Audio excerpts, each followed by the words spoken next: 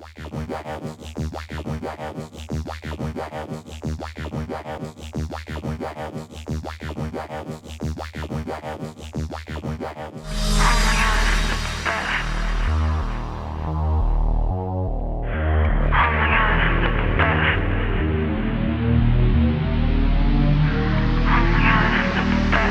on, them jewels fast, run them jewels fast, run them jewels fast, run them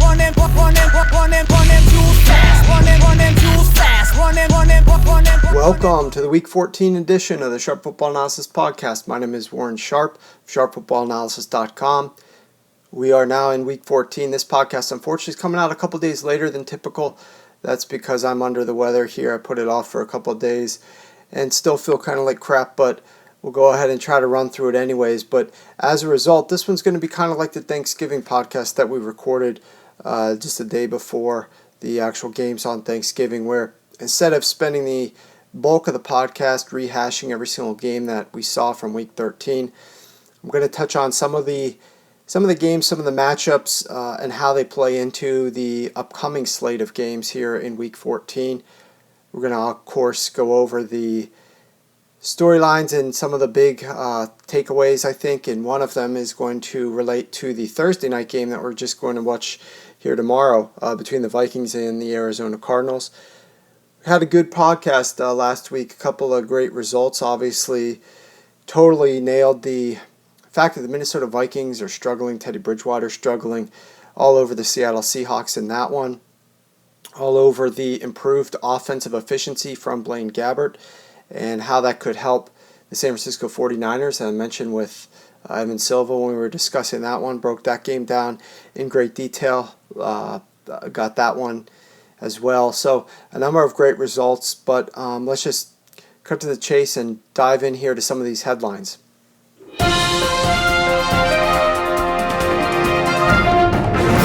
All right, story number one, we're going to talk about the Minnesota Vikings.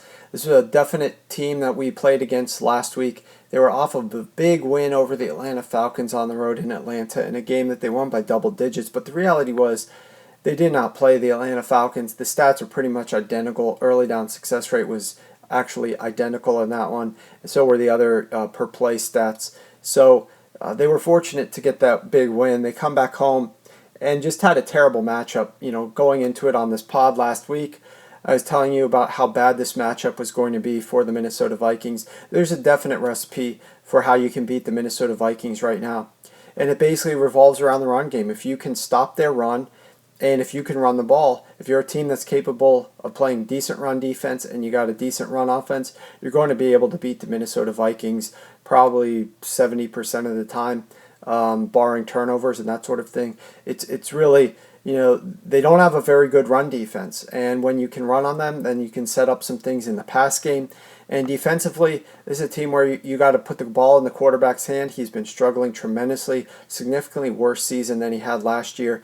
And if you can stop the run, that's going to put the ball in Teddy Bridgewater's hands. And, you know, the funny part is, though, the Minnesota Vikings, in a way, are doing this to themselves. And Adrian Peterson came out after the last game, complained about the coaching, said that they were outcoached, and to an extent, he's definitely right. I'm definitely going to back him up on this. And the reason, just in a nutshell, I'll bring the lead to the front here. The Vikings are a run on first down team, and if you can stop their run tendency on first down, you're basically cutting the head off the snake right there. It's pretty ridiculous, the lack of creativity that this team has in terms of calling their run plays, when and how they're calling their run plays. So let's take an example. Last game against the Seattle Seahawks, Peterson had 8 total runs. 6 of the 8 were on first down. That's 75%. He only averaged 2.2 yards per attempt on those first down runs. 10 of the team's 16 runs were on first down. First and 10, the Vikings are running. Wow, surprise. 63% of the time they're running on first and 10. They average only 1.3 yards per attempt on those runs, setting themselves up for a terrible down and distance situation. Now, I first noticed this and brought this to the forefront of the discussion after their Week 11 game against the Green Bay Packers, where they lost that game pretty substantially, 30-13, and I mentioned how the team was running Adrian Peterson on first down. Then They hardly ran him at all on the other downs, and once they were down big at halftime, they stopped running entirely. This was the same recipe of what happened to them in that game. They hardly ran the ball on any of the other downs, run heavy on first down, fall behind, stop running the ball in the second half. And it's a definite tendency that smart defenses, smart defensive coordinators should be easily able to scout out, understand, and apply for the future weeks. They did the same thing against Green Bay, and I noticed it then. Week 12, they did the same thing against the Atlanta Falcons, but that game they won. But check out these numbers. Adrian Peterson in that game, because they had the lead, they let him run more in the second half. 22 of Adrian Peterson's 29 runs were on 1st and 10. That's 76% of his runs were on 1st and 10. He only averaged 3 yards per carry. Why? Because the Atlanta Falcons were prepared that this is a run-heavy team on first down. We're going to stop them then. Guess what happened when the Minnesota Vikings let Adrian Peterson run on 2nd or 3rd down? He had 7 runs, but he averaged 13 yards per attempt because they were able to do some different things. They were able to line him up to different blocking schemes, and the defense wasn't sure, is it going to be run or pass? The last 3 weeks, Adrian Peterson has had 51 rushes. 73% of them have come on 1st and 10. On first down, Peterson is averaging only 2.78 yards per carry. On the other downs, he's averaging 9.1 yards per carry. So the Arizona Cardinals, this is one thing I want you guys to watch in this game against the Minnesota Vikings. It's on Thursday night, NFL Network, prime time. Pay attention to when they're handing the ball off to Adrian Peterson. Have the Minnesota Vikings learned anything, or are they still going to run on first down? Now, I looked at how this team played compared to other teams in the league, and the actuality is the last 3 weeks, this team is completely run heavy on first down. Doesn't matter if it's Adrian Peterson or not. In the first half, on first down, they are running the ball 68% of the time. They are running the ball 68% of the time in the first half the last 3 weeks. So what do you think a defense has to prepare for? Teddy Bridgewater doesn't really scare you with the pass. They're running 68% of the time. Personally, Adrian Peterson is getting run on about 75% of his total runs are coming on 1st and 10. You come up, you stop the run. And that's basically all you have to do. Overall, on first down this entire year, the Vikings are 65% run on first down. So I looked at how that compared to some of the other leaders in the NFL. And it's pretty damn high compared to a lot of the teams. Doug Martin is a player who obviously is very efficient, has very good running stats this year. The last 3 weeks, 60% of his runs are on first down, so significantly less than what the Vikings are, up at 68%. Thomas Rawls, he's having a tremendous season out in Seattle. 57% runs are on first down. So that the fact that the Vikings are running Adrian Peterson, basically 75% of his runs are on first down, and 68% of the runs for the team are on first down, really tells you that you could stop this team very easily if you can stop the run on first down. So let's pay close attention to how Arizona defends first down runs from the Vikings on Thursday, particularly from Adrian Peterson. All right, story number 2, let's talk about Blaine Gabbert just for a brief minute here. The last 3 weeks, his passer rating has been better than most quarterbacks in the league. Most of the starting quarterbacks in the league, Gabbert's been better than them despite having to play the Arizona Cardinals and the Seattle Seahawks in that time. In actuality, he had a 98 passer rating in Seattle on the road. I only looked back since 2012 because that's when the Seahawks with Russell Wilson sort of became the Seahawks, the present-day Seahawks that we see now. Their defense obviously has fallen off a little bit, but since 2012, no quarterback with at least 25 attempts has had a better passer rating in Seattle than has Blaine Gabbert in terms of their entire number of pass attempts that they've thrown in Seattle. Nobody has a better passer rating since 2012 than Blaine Gabbert. I think Romo had one really good day there where he had a better passer rating, but he's played there a couple times and his cumulative passer rating is certainly nowhere near a 98. So Blaine Gabbert definitely has brought speed. He's brought, not just in terms of his quickness. We saw him run for a big touchdown against the Bears last week, but also in terms of their play calling, the snaps per minute, they're up based upon Blaine Gabbert, and they're also playing a better style of football with a more capable passing offense. It's opening some things up in the run game as well. And we know that the Bears' run defense is pretty poor. We're going to talk about that shortly, but the 49ers ran for 5.3 yards per attempt against the Chicago Bears. Gabbert didn't have a particularly strong game. He actually didn't hardly throw the ball down the field at all. The Bears were bringing some pretty decent pressure against him. So his numbers actually were not very good, despite him throwing that huge pass down the field.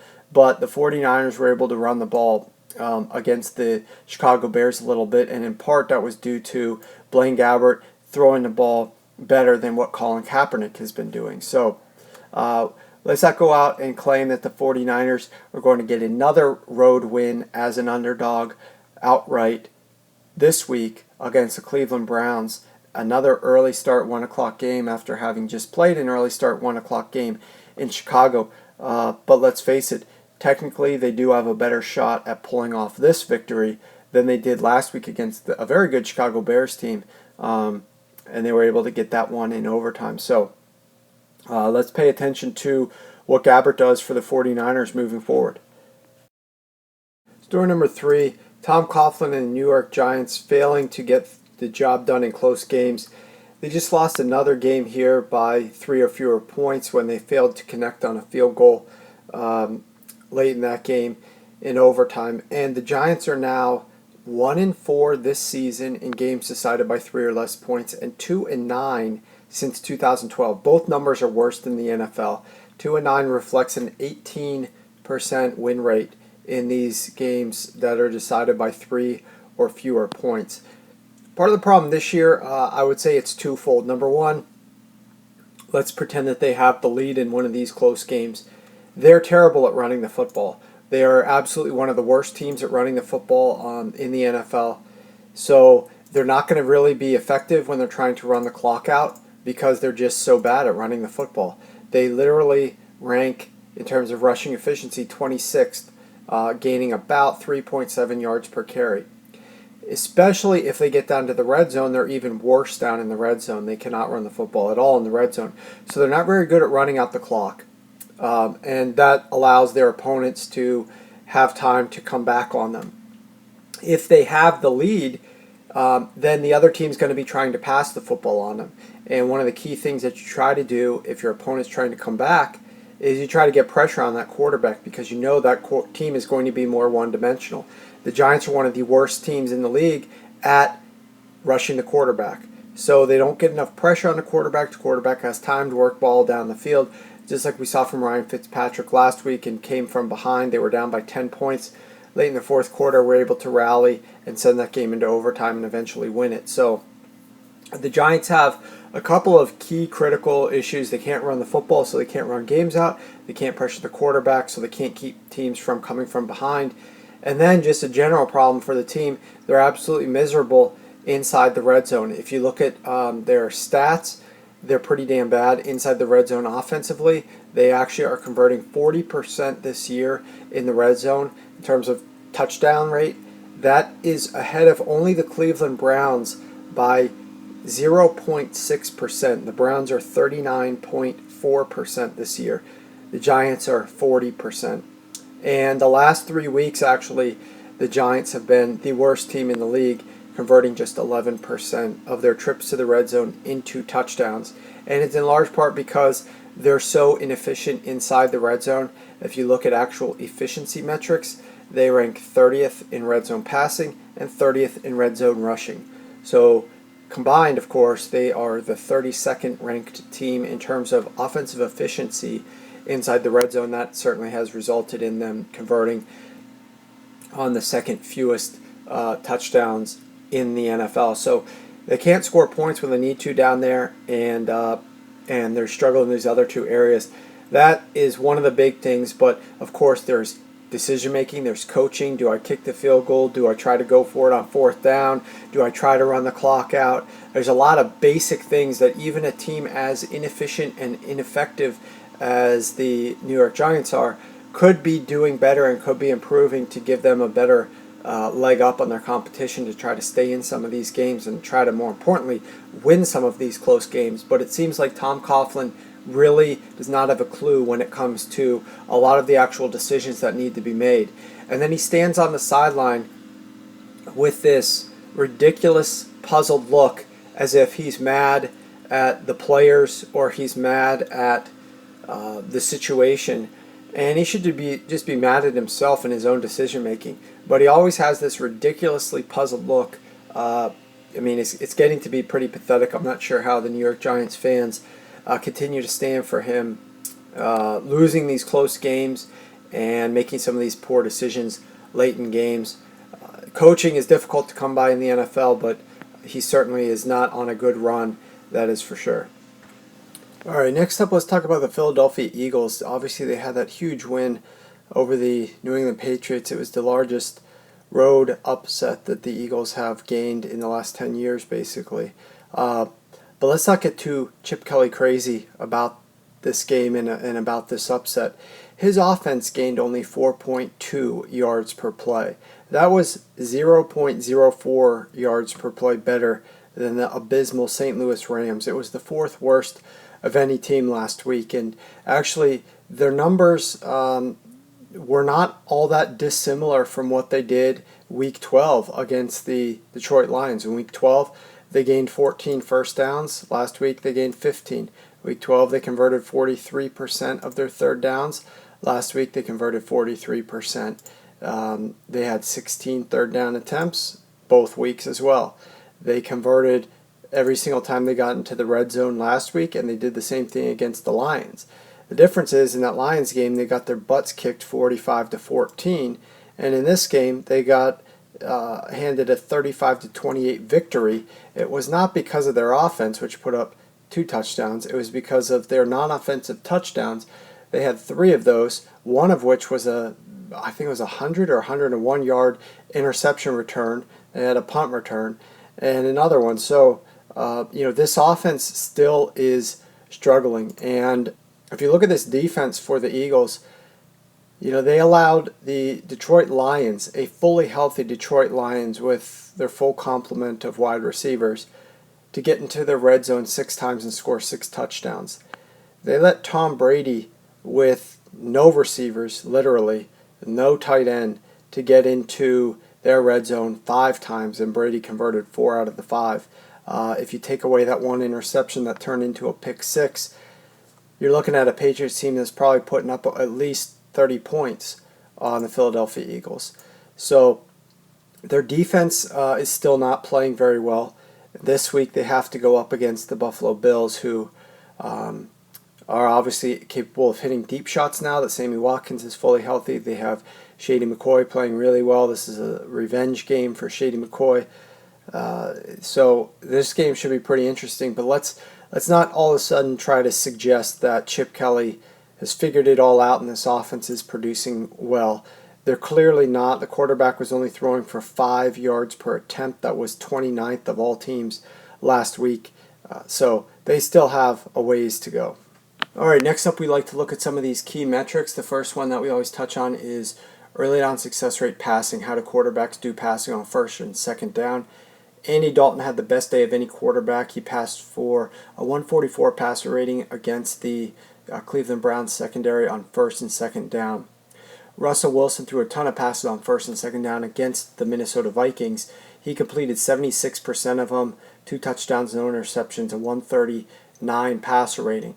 That bodes kind of well for Carson Palmer. Palmer didn't have a great passing day on first and second down against the Rams on the road. He only completed 88% of his, he had an 88 passer rating on first and second down, which is about middle of the league this past week. So he should have a pretty decent time against the Minnesota Vikings at home on Thursday night. Alex Smith had a pretty good day. Tyrod Taylor had a pretty good day. And Blake Bortles, that's your top 5 for quarterbacks passing efficiency on first and second down. Guys who struggled, we'll start with Phillip Rivers. He only completed 45% of his passes against the Denver Broncos secondary, 44 passer rating on first and second down. That was the worst in the league. Nick Foles struggled tremendously as well. against the Arizona Cardinals on first and second down. It does not bode well for Teddy Bridgewater, who I think finished, it looks like, sixth in terms of all quarterbacks, sixth worst. He had a 60 passer rating, only 5 yards per attempt on his first and second down passes last week against Seattle. Sam Bradford had a very bad passing down first and second down. He only went 6 of 13 on first and second down, 57 passer rating. And Jay Cutler actually also struggled against the San Francisco 49ers. So Sam Bradford, again, we were talking about the Philadelphia Eagles, their performance against the New England Patriots, how that sort of was overblown thanks to their non-offensive touchdowns, and their offense didn't have a very good day. Sam Bradford, one of the worst in the league last week on first and second down passing. Next up, we're going to talk about deep passing. These are passes 15 plus yards in the air. Guy at the top of the list, same guy at the top of the list last.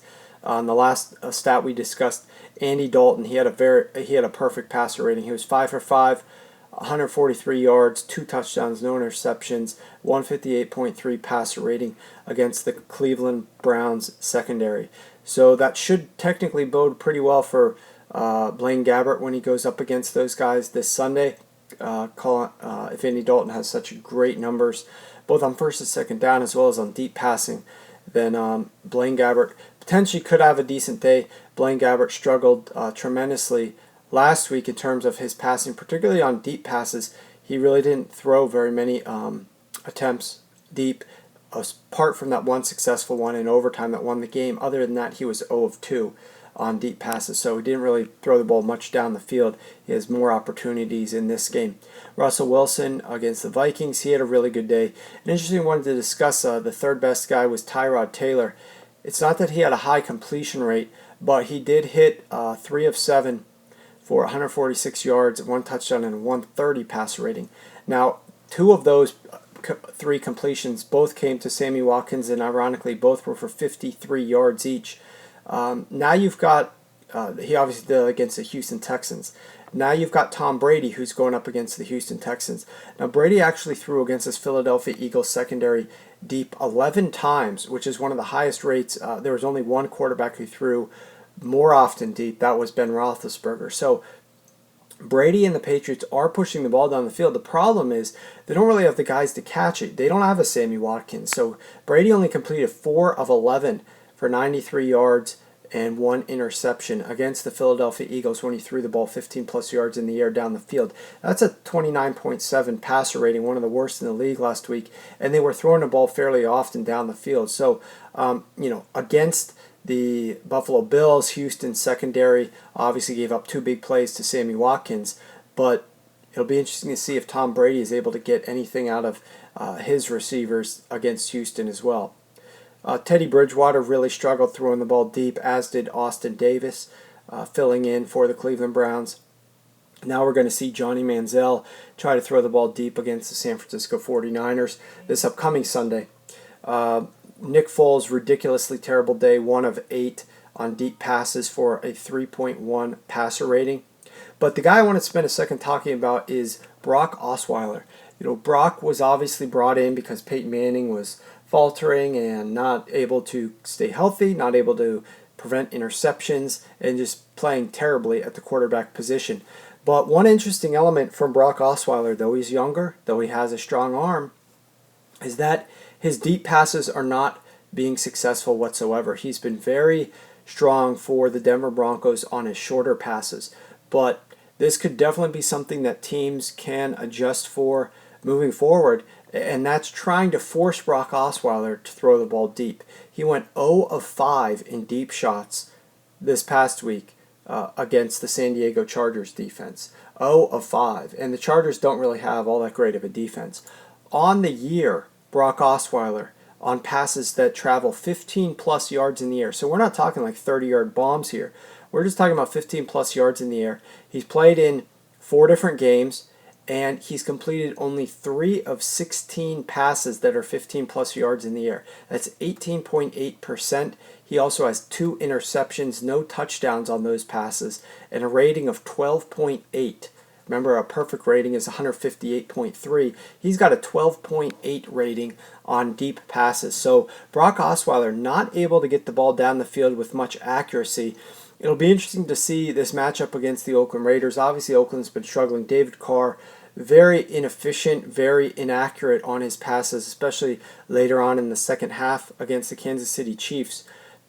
If the Oakland Raiders are able to put up some points there and make the Denver Broncos try to pass the ball on them, it'll be interesting to see if Brock Osweiler can complete some of these deeper passes, because to date, as a Denver Bronco, he has had no success doing that.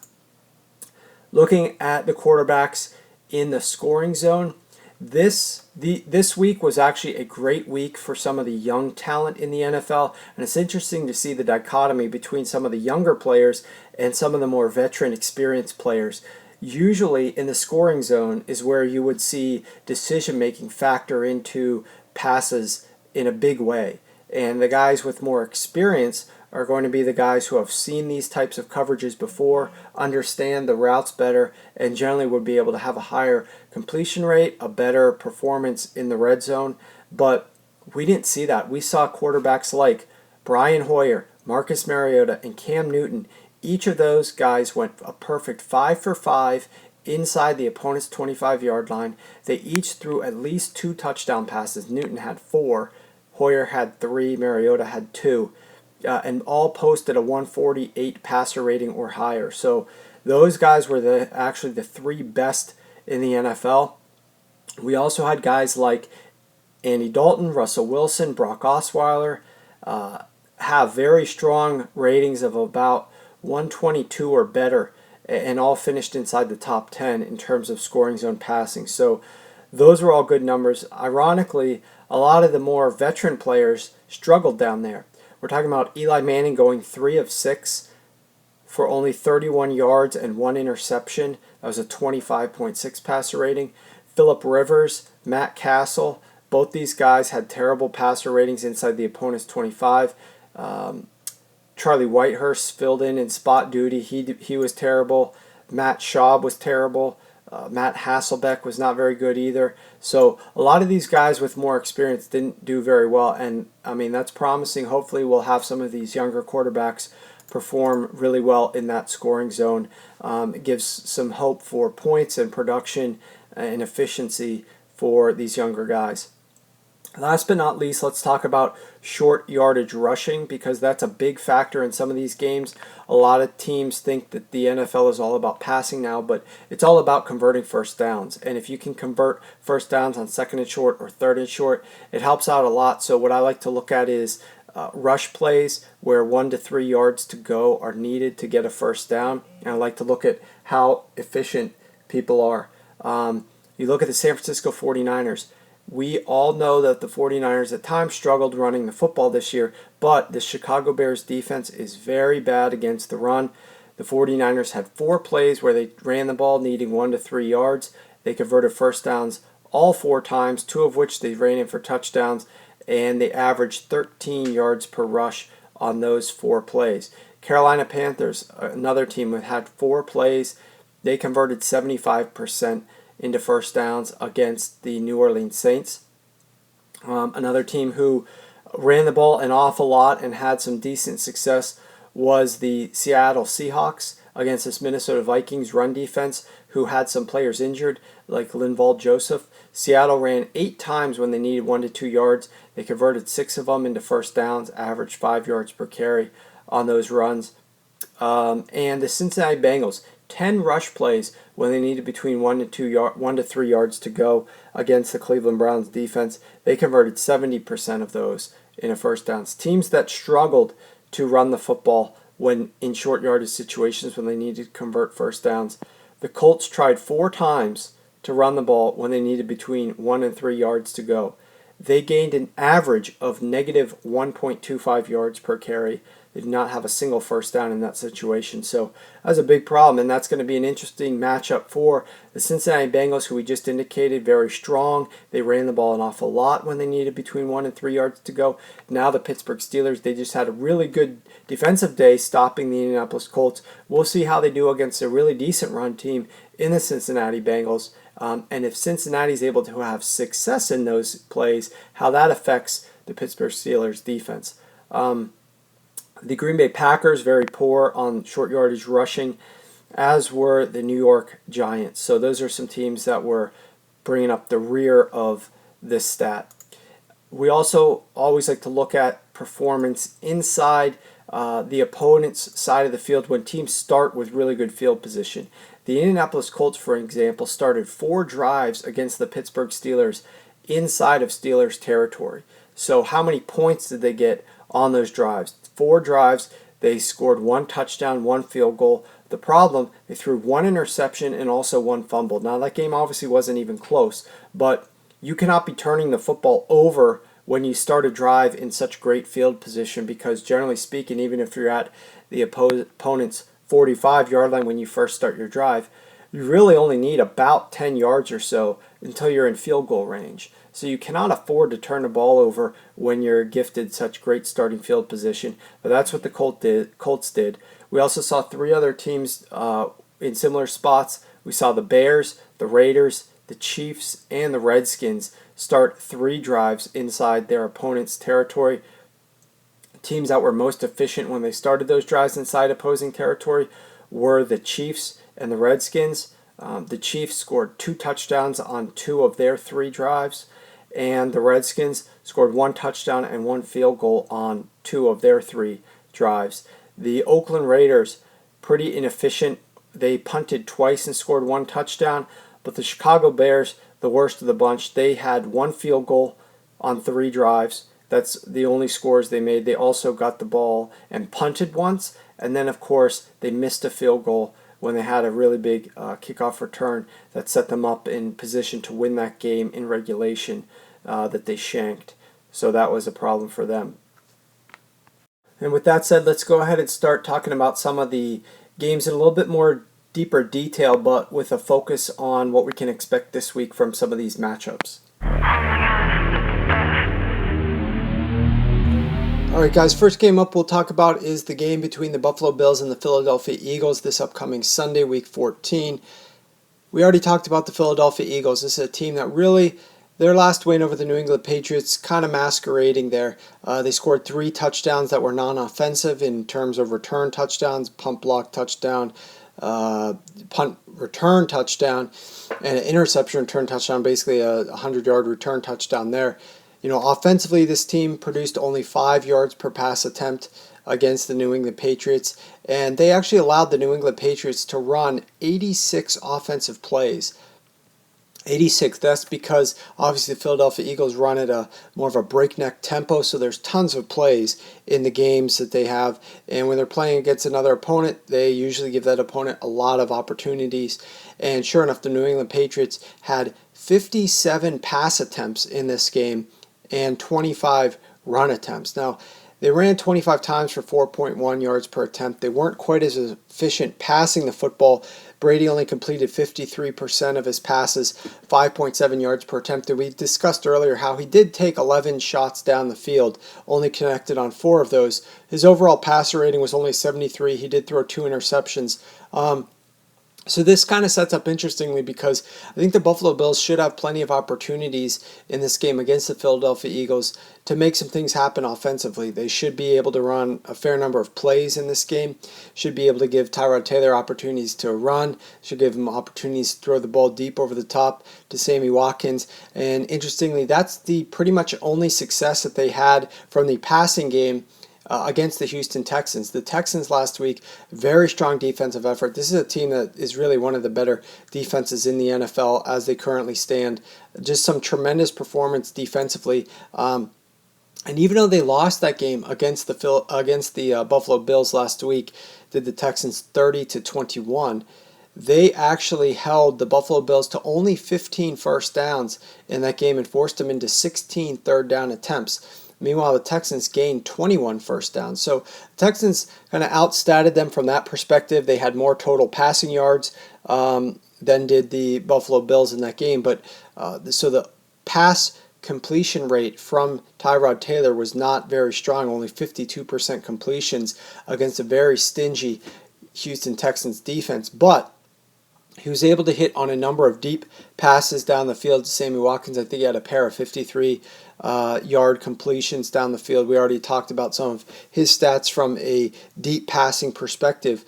And And so from that, I really think that some of that is going to be successful against the Philadelphia Eagles. The Bills also ran for 5.2 yards per carry. They ran the ball 36 times, ran it way more than they passed it. They only passed it 21 times against a stingy Texans defense. They ran it 36 times. So they should be able to run the ball a little bit, I think, on this Philadelphia Eagles defense. I've been saying that for a few weeks. Some of the really good run teams should have success running the football against the Philadelphia Eagles. And sure enough, what did we see? We saw Week 11, the Tampa Bay Buccaneers played the Philadelphia Eagles. And in that game, Tampa Bay ran for 6.7 yards per carry on 283 total rushing yards. Now, the Detroit Lions last week, they're not even a team that is really capable of running the football very well. They don't run it often. They don't run it very efficiently or effectively. So they didn't gain many yards there. But definitely the Tampa Bay Bucks had a ton. The Patriots had 4.1 with minimal weapons down the field. So I think the fact that the Bills have weapons should be able to stretch things open a little bit and allow them to run the ball efficiently. Shady McCoy, this is obviously a big game for him going back to Philadelphia. A lot of trash talk in the media. Should be a pretty interesting game there. So I think there should be some opportunities for the Bills to be able to exploit in that Eagles defense. My lone question for this game is, what are we going to see from the Eagles offensively? You know, that game against the Patriots, not very efficient on the ground, only 3.9 yards per carry. In the air, only 5 yards per pass. The one thing that the Buffalo Bills don't do that you might expect them to do, being a Rex Ryan defense, is rush the passer and have a lot of success. They actually rank 30th in terms of pass rush efficiency. So that's one thing that Sam Bradford definitely struggles with. So I think that if you can keep him clean in that pocket, he'll obviously have a better chance than otherwise to feel comfortable, set his feet, and get the ball delivered down the field. Big question mark in terms of health. Is Ryan Matthews going to be back from his concussion? We'll have to see about that, but that would obviously make a big deal because I really don't have much faith in DeMarco Murray. You know, DeMarco Murray, he's shooting his mouth off at the owner on the team flight home after the team arguably wins their biggest upset in about 10 years up in New England. He's coming back talking about how promises weren't being kept to him and he's not having a great year in Philadelphia. And he doesn't understand quite why. You know, this guy is so selfish. If you look at his stats are pretty terrible. He went there for the big money. He got the big money. He's trying to find a role in this offense, and he doesn't fit the role they need him to do. Actually, on first and second downs, no running back in the NFL who has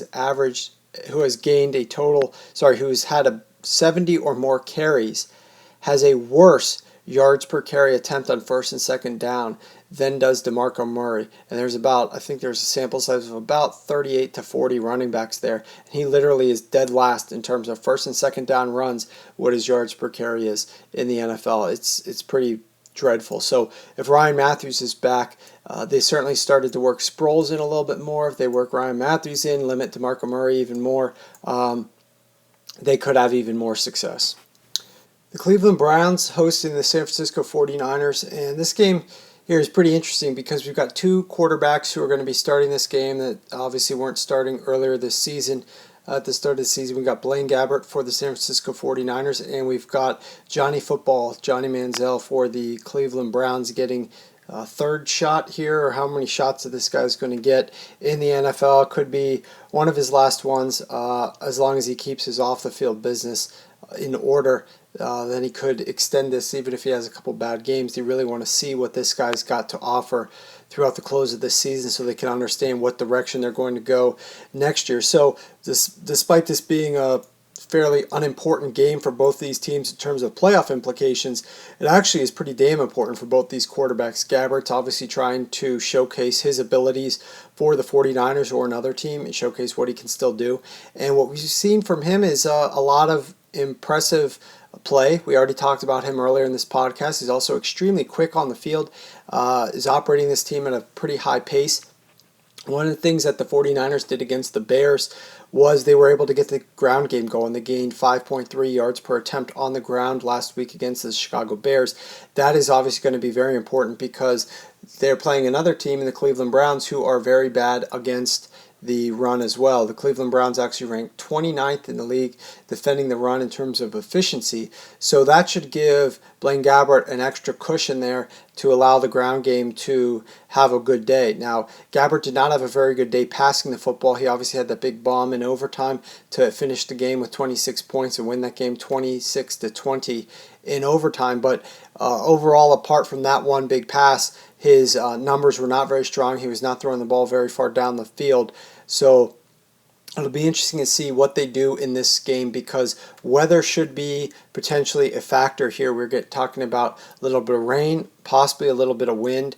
Nothing substantial, not like we're not talking like 20 mile per hour winds, but we are talking winds just above 10 miles per hour and a little bit of rain potentially, and that could start to play a role in terms of how effective some of the really downfield passing is in this game. So we'll have to see how that weather plays into this one. But when you look at the Cleveland Browns, on the other hand, obviously they're off of a terrible performance at home against the Cincinnati Bengals, lose that game 37-3. They didn't even get into the red zone once.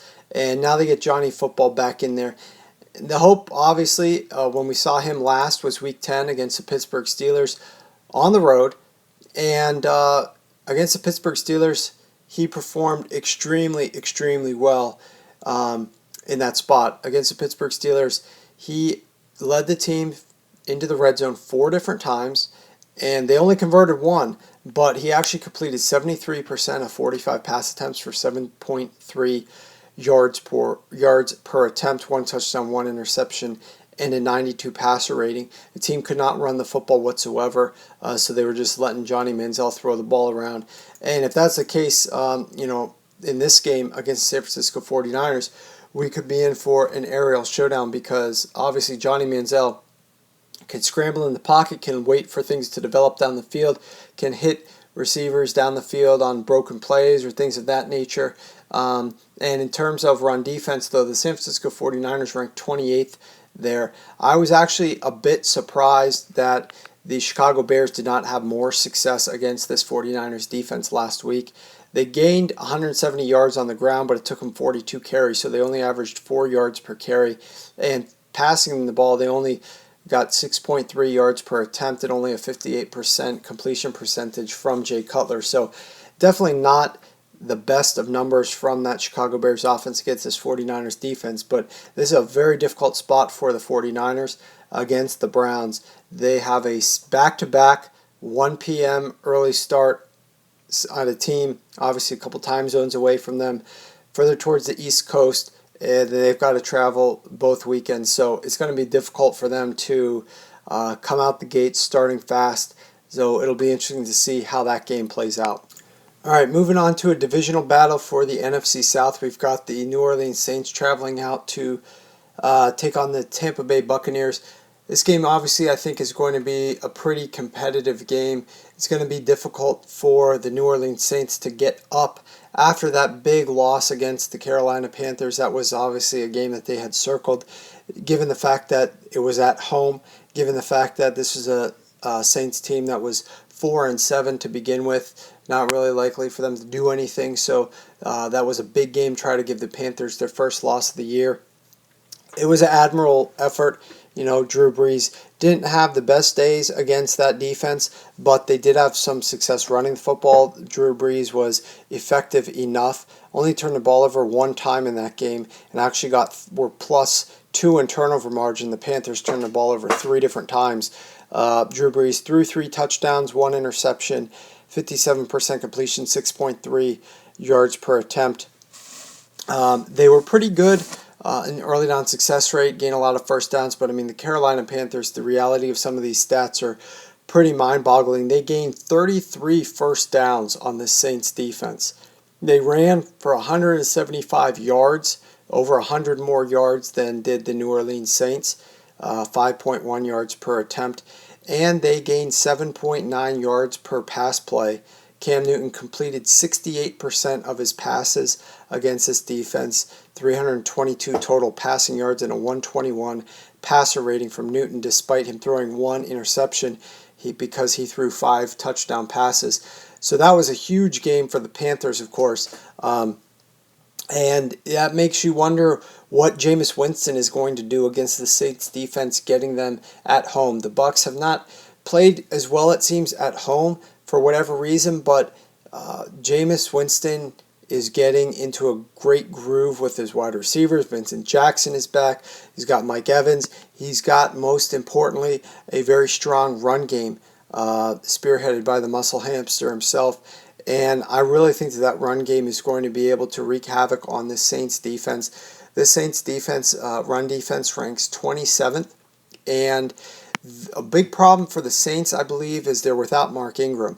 What that's going to do is it's going to put pressure on the backup running backs that they try to put in there, who are most likely going to be less effective. And that's going to put Drew Brees into much longer down and distances in terms of his pass game. It'll also probably make them be a little bit more pass heavy. Against the Carolina Panthers, Drew Brees attempted 42 passes. They only ran the ball 14 times. The Tampa Bay Buccaneers are actually pretty good against stopping the run. They actually rank second in the NFL stopping the run. So without Mark Ingram there, it's probably unlikely that there's going to be a lot of effectiveness from the Saints running the football into this defense. So I'm projecting Drew Brees is going to be throwing the ball over 40 times in this game, trying to complete passes down the field. We're probably talking about.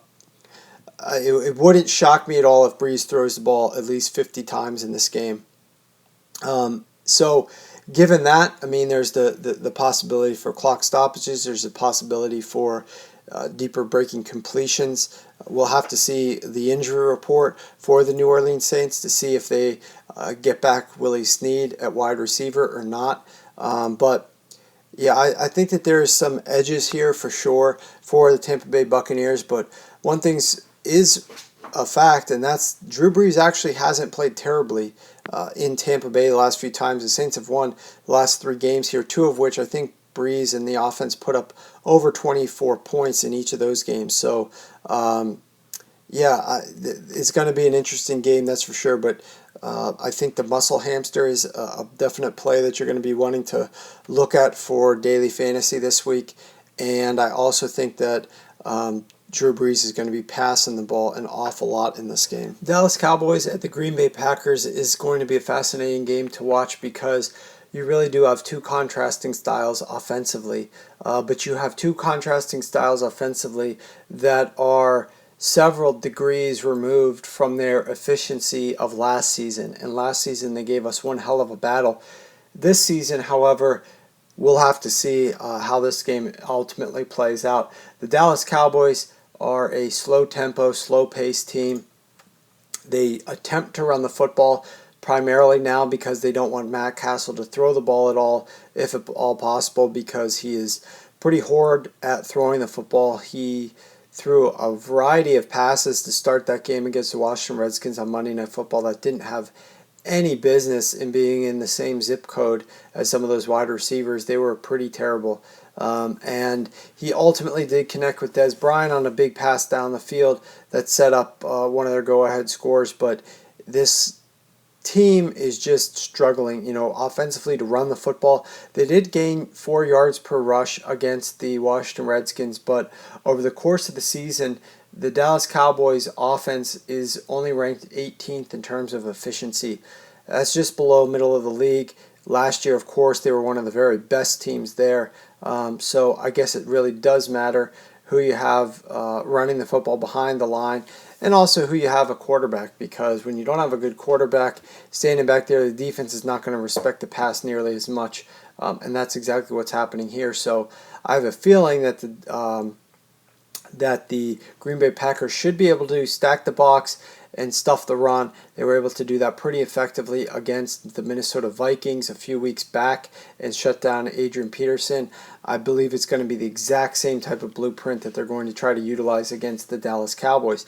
Now, the Cowboys struggled against the Redskins. They were actually 1 of 9 on 3rd downs, and they only bypassed 3rd down They had 16 first downs and they went to third down 9 times. So they were okay in early down success rate. They were very poor in terms of third down. They were poor in terms of red zone. They got to the red zone 4 times but only converted once. So some of those key situations, Matt Castle obviously is letting the team down. The best thing that the Dallas Cowboys were doing, though, was their defense against the Washington Redskins. Very strong against the run, held them to 2.8 yards per carry.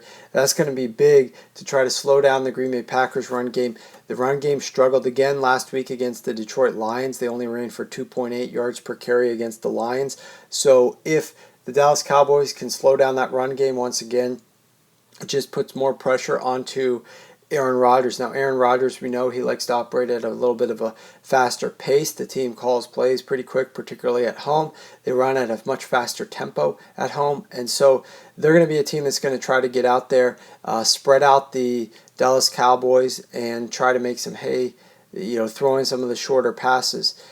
We'll see how effective that is, and we'll see how accurate Aaron Rodgers is. He seems to have a tendency this season not to want to force the ball into some of these wide receivers, and so you see the announcers keep mentioning the fact that Aaron Rodgers doesn't have anybody open. None of these guys are getting any separation.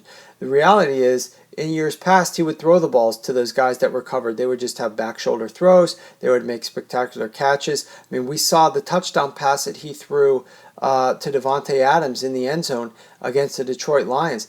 There were guys in front and behind of Davante Adams. Aaron Rodgers fit a beautiful pass in to Davante Adams. Very close proximity to the defenders, but fitted in there, and it was a touchdown. So Aaron Rodgers just needs to let the ball loose a little bit more, and these announcers need to stop blaming the wide receivers and the coaches and the play calling for everything. Why don't you put a little bit more blame at times when it's warranted on Aaron Rodgers himself, and this guy can step up a little bit more, in my opinion, and try to make some better things happen for that offense. So I'm really going to be curious and excited to watch this game. I'm glad that this game is one of the few late games that we've got actually on the card. It appears that we only have 2 games that are in the late window, which is absolutely ludicrous if you count them up, the number of games that we have in the early window. We've got a fair amount of those. Looks like 5, 6, 7, 8, 9, 11 games that are going to be on at 1 o'clock on Sunday. That is an atrocity, especially because you only have 2 games on in the later window. Only 2 of the teams of the 4 that play in this later window even have winning records. We get to watch the Denver Broncos take on the Oakland Raiders, and we get to watch the Green Bay Packers host the Dallas Cowboys. I gotta tell you what, this late slate, the games might be somewhat interesting, but it's just not going to be anywhere near what the excitement is going to be from this 1 o'clock slate, and I really don't get what the NFL is doing, but at least we will get to see how Aaron Rodgers handles the pressure that the Dallas Cowboys defense is going to bring, because they sure had some creative defensive alignments and defensive pressures that they executed against the Washington Redskins. Green Bay's got extra time to prepare for this one after a game on Thursday against the Lions. And I'm really hoping to see Aaron Rodgers perform a little bit better in this role this week and play a little bit better than he's played the last few weeks. Wanted to draw your attention to one of the box scores that we saw from last week's games, and that was the Miami Dolphins against the Baltimore Ravens. This game definitely was one of the more interesting games from a statistical perspective, in that the Miami Dolphins won 15-13. However, they gained only 8 first downs the entire game, and Ryan Tannehill completed only 9 passes in the entire game. These numbers are pretty remarkable. I mean, he only had 4.3 yards per attempt. He only attempted 19 passes. The team itself only ran a total of 46 plays, whereas the Baltimore Ravens ran 75 plays. The Baltimore Ravens controlled the clock for almost 39 minutes in this game, with the Dolphins only having just over 21 minutes time of possession. But the Miami Dolphins were able to get the victory, and in large part it came down to some of their efficiency from running the football. They were able to run the football for 5.3 yards per attempt. Remember, they have a new offensive coordinator, calling plays a little bit differently, relying a little bit more on the run game there, and it's going to be interesting to see how this team changes some things up. Looking at some of their pace stats, They slowed things down just a hair in the first half play calling, a little bit more in the second half play calling when they had the lead. They ended up punting the ball, though, 9 times in this game, only 31% conversions on third down, going 4 of 13 against the Baltimore Ravens. So, not very efficient performance from the Miami Dolphins offensively. The Baltimore Ravens, Matt Schaub did throw 2 interceptions in this game, but his completion percentage overall was a 70% completions, which was the 5th best of any team in the league this past week. He threw 46 passes during this game, which is obviously significantly more than what Ryan Tannehill threw, which is only 19. But this game obviously intriguing from that perspective. So we'll have to see when the Miami Dolphins host the New York Giants on Monday Night Football, what type of pace they have, how run heavy are they going to be in that game. And then conversely from the New York Giants, we need to see how this team responds to that terrible performance against the Jets last week, where they gave that game away. Kind of already alluded to some of their problems and why they find themselves in so many of these close games. Reason number one, they can't run the football. They're a terrible running team, so they can never salt away any type of lead. They can't put anything in the bag and take it home. They just cannot get the job done on the ground. Number two, they can't rush the passer. So if a team is trailing, they're going to be able to throw the ball somewhat effectively, knowing that the pass rush really isn't going to hit home very often. So those are 2 edges for their opponents when the New York Giants have a lead and the Giants are just trying to end the game. It's much more difficult for them. When the Giants don't have the lead and they're trailing, their biggest problem is their inefficiency inside the red zone. They literally rank 30th in run efficiency inside the red zone, 30th in pass efficiency inside the red zone, 32nd in total efficiency inside the red zone, one of the worst red zone teams. They went 0 of 3 in the red zone against the New York Jets last week. So unless they're converting on big plays, they're very ineffective inside the red zone. So that right there will be pretty interesting to see how they're able to produce points against the Miami Dolphins defense inside the red zone, if that ends up being where they need to produce the points. Neither of these teams extremely good on third down. Actually, the Miami Dolphins ranked 31st on third down year to date, and we saw they converted only 31% last week against the Baltimore Ravens. So that game on Monday night should be pretty interesting. It's obviously very important for both of these teams, probably more so for the New York Giants. I don't really see in the AFC, which already has Kansas City Chiefs hanging out there, the Pittsburgh Steelers hanging out there, one of the other Indianapolis Colts or the Houston Texans, both of which are 6-6, fighting for playoff positioning. The Miami Dolphins really would be on the outside looking in. If they're somehow able to come back and earn a wild card spot, I would be pretty impressed, because that'll be a difficult feat. They're going to have to get a lot of help there. The New York Giants obviously have the better shot. They would need to win the NFC East, which is clearly up for grabs, with most teams not knowing how to handle that and how to get the job done in the NFC East. So I think that they've got an okay shot there with some of the things that we've seen from the Eagles in the past. Just when we thought the Eagles were ready to take things home, they always seem to give it back to, usually it's been the Giants, and I really don't see the Cowboys getting it done, and the Redskins just don't seem to me to be a complete enough team to get the job done. So no real strengths there in the East. I think that it's wide open. If the New York Giants can go down here and win this game, it will be a big boon for them. But I think they've got their work cut out for them. It's going to be a very difficult spot on Monday night in prime time to go down to Miami and get that victory. Talking about the Pittsburgh Steelers versus the Cincinnati Bengals, this game obviously very huge game in the AFC landscape for playoff positioning here. And one obvious element for the Pittsburgh Steelers that needs to be addressed a little bit more that I don't hear discussed all that often is when you're looking at year-to-date stats, the factoring out or removal of the non-Big Ben starts is going to be pretty substantial when you talk about how much their efficiency increases. There's a number of games, obviously, that Big Ben did not start due to injury, and the games that he did start And finish, obviously tremendous improvement in terms of efficiency. My early down success rate metric, I actually showed that the team was twice as efficient offensively in the games that Big Ben was there as the games that he was not there. And that is absolutely substantial. A very substantial improvement and increase when you're talking about the games that he was there versus when he was not. Part of it has to do with the quarterbacks who replaced him. Keep in mind, we're not talking about backups like a Matthew Hasselbeck who takes over. We're not talking about a backup like even a Blaine Gabbert. We're talking about a backup in a Mike Vick, who obviously is on his way out of this league, and we're talking about a backup in a Landry Jones, who is not ready for time in this league if he ever will be.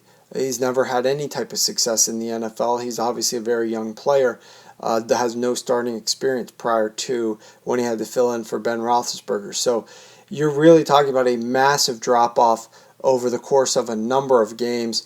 You're talking about where they had to get rid of, obviously Ben got injured in the St. Louis Rams game. Then they were without him for the Baltimore Ravens, the San Diego Chargers, Arizona, Kansas City. Then he came back against the Cincinnati Bengals. He was here for the Oakland Raiders, the Cleveland Browns, the Seattle Seahawks, and the Colts. He was there the first couple of games of the season against the Patriots and the 49ers. So he was here more than he was out, but there was definitely 5 games that they had to play with some of these other guys, and the numbers were not pretty from an early down success rate perspective in those starts by these other guys. But this big game against the Cincinnati Bengals is going to be interesting. One of the elements that you definitely would want to look at is, let's look at who the Cincinnati Bengals have actually taken on the last 6 games or so. There's really only one potent offense that they've even faced. That was the Arizona Cardinals. It was in Arizona. They gave them one hell of a game, but that game ended 34-31 with Arizona losing. But they really haven't been tested otherwise. You take a look at it. They played the Cleveland Browns. They won that game 37-3. They played the St. Louis Rams, won that game 31-7. They played the Houston Texans. That was a Thursday game with Houston off of a bye, a very low-scoring game. Houston was able to really corral this offense of the Cincinnati Bengals, and that game ended 10-6. They played the Cleveland Browns. The Bengals won that game 31-10, and then they played the Pittsburgh Steelers when Ben Roethlisberger was just coming back. He clearly was still limping on the sidelines with his knee. He was not 100%. That game ended up being a very low-scoring 16-10 game. So in those games, aside from that Arizona game, you really hadn't played any type of quarterback that's going to threaten you, healthy team with deep wide receivers, anything like that. None of those teams have that except for the Arizona Cardinals, and then they're going to have to face the Pittsburgh Steelers again. So I think that's going to be a factor in terms of how well the Cincinnati Bengals are ready, how prepared are they, how much of a shock this could be potentially to their system. But, remarkably, over the course of the year, these two teams are pretty similar to one another. Both of them are obviously very good at passing the ball offensively. Both of them are very successful at running the ball as well. So you've got two teams that are more of a mirror image of one another this year than they have been in the past. In the past, historically, the Pittsburgh Steelers defense has been incredible. Defense has definitely fallen off a little bit. The defense is not nearly as good as it was, back a while ago, and I think that has some potential to show. If you look at when they've played some good offenses the last month or so, they played the Oakland Raiders and they gave up 35 points. They played the Seattle Seahawks, they gave up 39 points. In between those games, they played Cleveland, they only gave up 9, and they played Indianapolis, they only gave up 10. But keep in mind that game against the Cleveland Browns, that was Week 10, that was a Johnny Manziel game. Manziel got into the red zone 4 different times. He just only converted 1 for a touchdown. Manziel threw 73% completions on 45 passes, 7.3 yards per pass attempt, and a 92 passer rating, despite getting only 14 rushes for 15 yards on the ground in terms of run support. So it's pretty much all Johnny Manziel, and he had a very good game in that game. So, the Pittsburgh Steelers really have not had to play too many dominant offenses themselves. So I think this game is going to be interesting. I'm really excited to see how the Pittsburgh Steelers defense has developed over the course of the year. Keith Butler started off the year against the Patriots absolutely embarrassingly, not lining up players, not knowing which positions to fill. You have a new defensive coordinator with a very young defense, a lot of growing pains that were involved there. Now that this team has gotten better, this team has gotten a lot better over the course of the last few weeks in terms of what they're doing defensively. But one interesting element, the Pittsburgh Steelers, though their efficiency has increased tremendously, their defense looked great against the Colts, but did not look nearly as good against the Seattle Seahawks. Did not look nearly as good against the Oakland Raiders. So I'm really interested to see how this defense plays in such a big game on the road in Cincinnati Sunday at 1 o'clock. We could have some weather involved there, some rain, some wind. So the weather definitely could play a role into this game as well. And I think it's pretty much the most marquee game of the entire day, the entire slate of games that we have. I think it's going to be the most intriguing. Of course, that game, the New England Patriots against the Houston Texans, that game obviously has playoff implications and is going to be a very important game. Carolina Panthers versus the Atlanta Falcons, we didn't discuss that one. That game, obviously, Carolina is going for an undefeated record, so that game is obviously going to be pretty important and does have playoff implications there as well, though to a lesser extent because Carolina is probably a sure thing. But that other than that, the Pittsburgh-Cincinnati game is definitely the biggest one. Unfortunately, that game did not get moved to 4 o'clock, did not get moved to the Sunday night game, so we have to watch that along with 10 other games at 1 o'clock.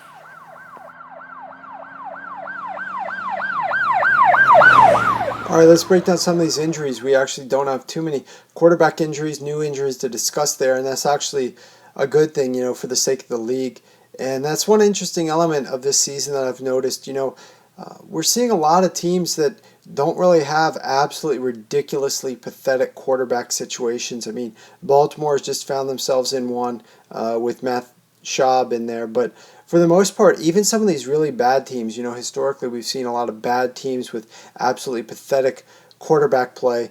And I know that the Rams are, struggling there as well. But you've got teams that have substantial losing records.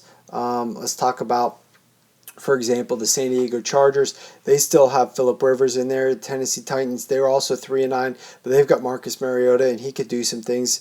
Exciting young player. You talk about the Jacksonville Jaguars at 4-8. Obviously, they've got a very exciting passing offense. You talk about the San Francisco 49ers. We're looking at how Blaine Gabbert's going to do. We've got their opponent this week, the Cleveland Browns. They've only won 2 games, but now we get to see Johnny Manziel, hopefully, in some extended action. So a number of these teams who have losing records are actually producing decent games. I mean, the 5-7 Oakland Raiders, we get to see what David Carr is going to do, and while he's had some obvious struggles, there are certainly receiving options there, and he, when he's playing well, can be effective as a lot of the quarterbacks in the NFL. So a lot of pretty good to average quarterback play across the league on a variety of these teams, which makes even some of these games that you think are absolutely ridiculously bad better than what you might expect. Again, we'll call out a team like the Dallas Cowboys who has to operate with Matt Castle. We'll call out a team like the Baltimore Ravens who has to operate with Matt Schaub. There's a few teams in there. The St. Louis Rams are now using Case Keenum.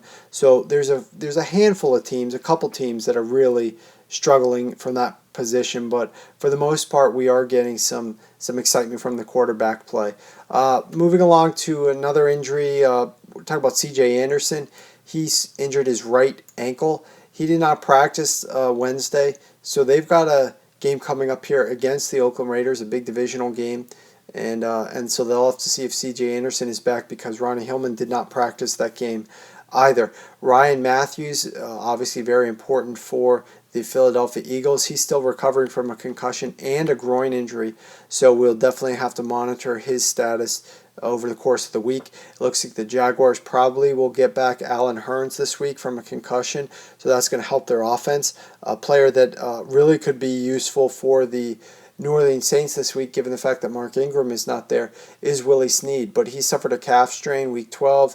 He was inactive last week, and that's a multi-week injury, so we'll have to see if Willie Snead will be able to give it a go this week. We'll have to check the practice records. I do not think he practiced today, as I'm recording this on Wednesday. For the tight end position, we still don't have Rob Gronkowski.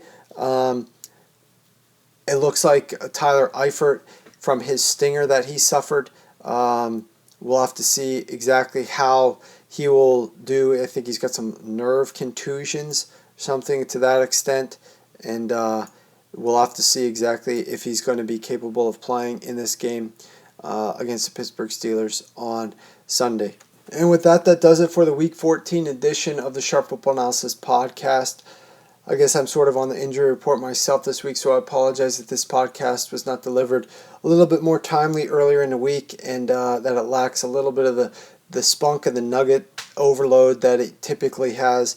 But I fully expect that the weekend edition is going to be significantly stronger when we get together with Evan Silva and sit down and break down some of these matchups in great detail from a sports betting and a daily fantasy perspective. So look forward to that this weekend. Hope that you guys enjoy the Thursday night game, which is actually going to be, by the time this podcast gets aired, later tonight against Minnesota and Arizona. Good luck this week, and we'll talk to you guys in a couple days on Saturday. This is gonna be a fun ride. This is gonna be a fun ride. Everybody one clap. I'm gonna play when I wanna play, do what I wanna do. I'm gonna say what I wanna say. Did I say anything stupid today? My role is to take the ball deep, take the top off the defense. Take the ball deep, take the top off the defense. If I can't get to it, nobody can get to it. I don't shine shoes, I don't tape ankles, I don't cut checks. Great cash, homie. I don't shine shoes, I don't tape ankles, I don't cut checks. Great cash, homie. Everybody one clap. One clap. One clap. One clap.